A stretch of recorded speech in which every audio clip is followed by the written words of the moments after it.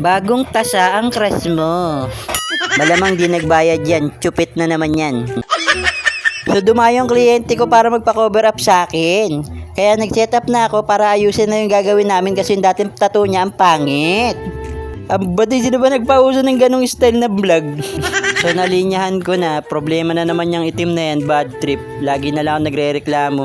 Kala mo talaga hindi ko kayang gawa ng paraan eh. Bakit ba? Ang sarap magreklamo pag cover up yung gagawin eh. Kaya mag-cover up araw-araw. Inang yun. Wala na akong nagawang hindi cover up eh. Ito yung kasunod sa wakas, hindi cover up. Yahoo! Pero ba't ganun puro pangalan? Ano yan, notebook ng Bombay? Listahan ng utang? Pero thank you pa rin sa inyo. Maraming salamat sa pagsuporta sa akin. Gagalingan ko palalo mag-cover up. Sige lang, magdala lang kayo ng mga binarat nyong tattoo sa akin. Balang araw, papaayos nyo rin sa akin yan eh. Doble gastos pa kayo, di ba?